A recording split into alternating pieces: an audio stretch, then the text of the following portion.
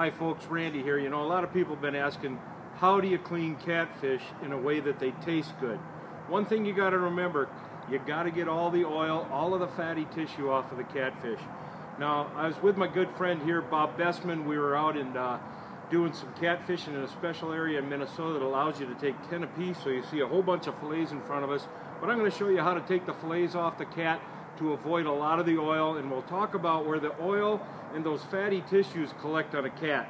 Now, we have an eaten size catfish right here. What we want to do is we want to start just about an inch behind the dorsal fin at the top and about where the vent is on the bottom.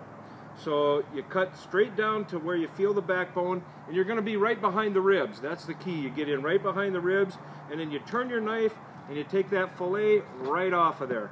There you go. You got a fillet of meat. And then what we're going to do, I'm going to set this one aside. By the way, I'm using what's called the Filletmaker. It's a great fillet board.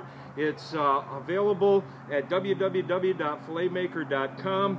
It's got an elevated tray on it so that your knife, you don't have to be trying to figure out how to get your knife beveled just right.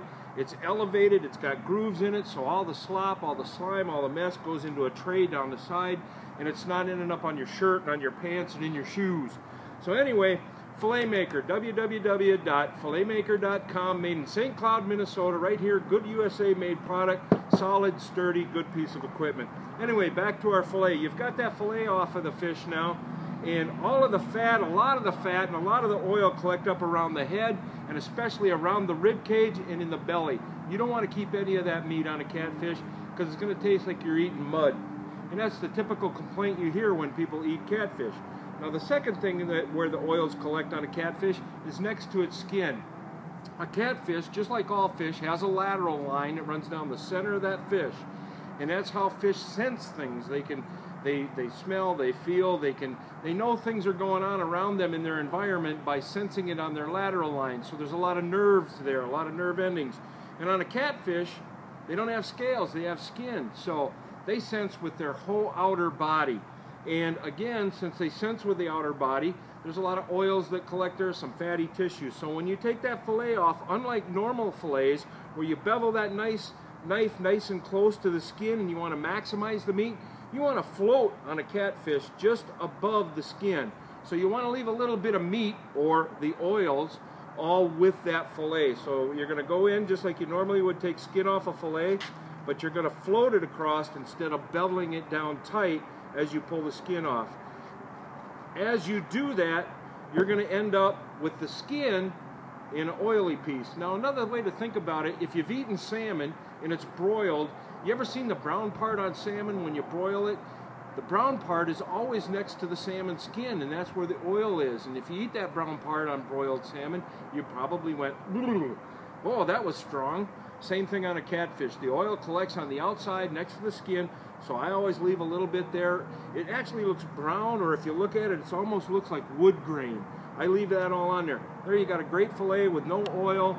And another thing that I like to do is I like to take that lateral line out. If I see any red or brown, I'll take that lateral line out, just like you do with a lot of fish, like walleyes or with crappies or sunnies.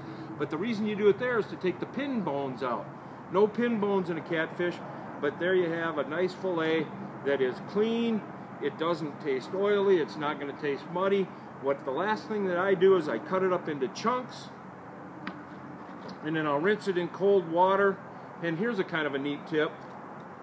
Boil some 7-Up. Take a little bit of 7-Up, pour it in a saucepan, get it up to a slow boil. Don't turn it on high. It's going to blow up on you and foam all over the stove, and your wife probably won't be very happy. But take some of these chunks, get that 7-Up slow boiling, and drop them in that 7-Up. Tell you what, that's going to be some good eating, just like shrimp. Another saucepan, get you some butter melting. You'll believe you're in heaven.